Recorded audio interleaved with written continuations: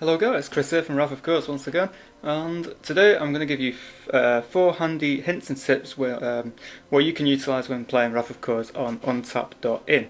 So obviously you can probably use a lot of these hints and tips with other TCGs as well, but these ones are more so designed for my game. So, getting straight into it, the first thing you're going to want to try and remember is your core HP. Now, 6900 HP on UnTap.in is quite a high figure. So when you go into your deck settings, which is just this little cog icon here, you want to change your primary counter to the core HP divided by 100. So in this case it's 69 because it was 6900. And then obviously if you play in a game of half HP, you would half that and then round it up to the nearest 100, which would be 35. Now what this does is when you save the deck and you go into a game,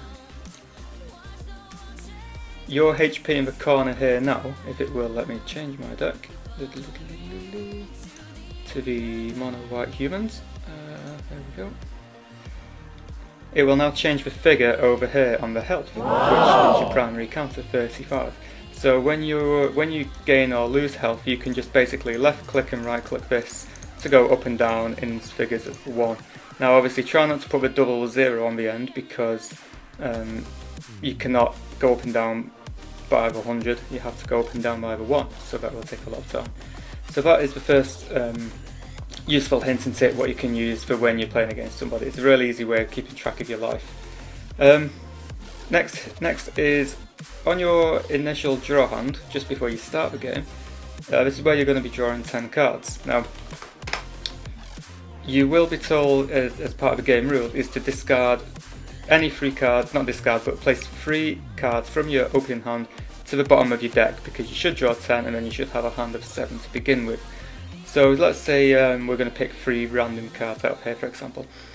Instead of just moving one by one to the bottom of the deck, one effective way is to move them to the face down pile where you can still look at them before you make a final judgment call on all 3 cards.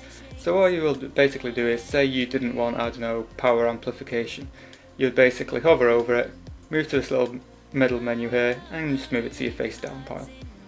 Then obviously you're going to need to move 2 more, so you're going to move 1, 2, and then you're going to have 3 cards over here on the left and your face down pile. Now if you're happy with these 3 cards going to the bottom of your deck, basically hover over it and then you just click on move to main deck, and then that main deck will then switch to a top or bottom option.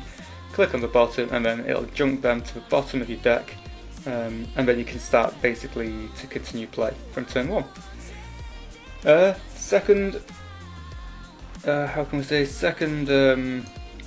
hint and tip is what not a lot of people seem to know about is the tokens. So if you hover over to the left, you've got an option here what says insert card or token.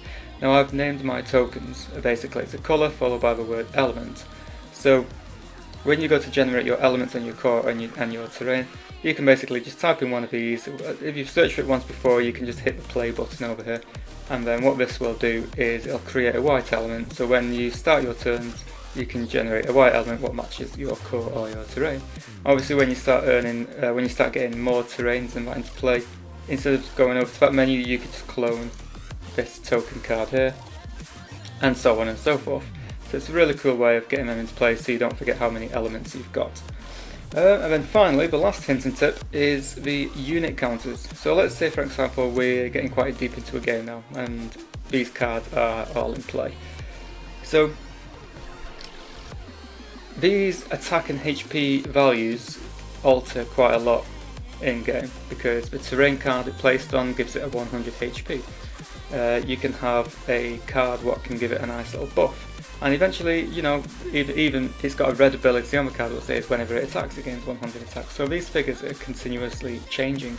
So a really cool way to keep track of this is to add basically this bottom option here. So right menu, add counter, you want to do that twice, and this will add a 0 and a 0. And these line up perfectly with the attack and the HP values on your cards. As you can see here, we've got 0 and a 0. The left one is the attack and the right one hovers over the HP box. So now you can do basically left click these to increase, right click to decrease, and you know, it's just a really easy way to keep tab of your attack and HP of your units. So obviously this is originally a 2/2 unit, but it's sat on a turn what gives it plus 100 HP, so we can just knock that up to 3, and then whenever this unit attacks you will just knock that back up. Just remember to knock it back down at the end of the battle phase. So that is a really nice way of keeping tabs on your units' attack and HP values. It's really, really effective. You can also do this for your core as well. So if you just add the 1 counter, this will actually keep track of how many charges your core have got. So for example, in this core of Lost Time, it says at the start of each of your turns you may charge this core. So at the start of every turn you will just knock it up by 1. And it's a really, really effective way just to keep tabs on basically everything in the game. And then especially with the units, when you roll all your dice, you know, you're not adding this up or you're adding out. You know exactly what these figures are without having to do any pre-calculation before rolling the next die. So yeah, 4 really, really useful UnTap.in hints and tips for Wrath of Cores. Again, you could probably use these with a lot of other TCG and HTCG games as well. So guys, I hope you do enjoy watching this video. I really hope it's helped you guys. So if you do intend to play the game, at least you can try and focus a couple of more of these ideas into your play, just to make your game faster and easier. Alright guys, thanks very much. I will see you next time.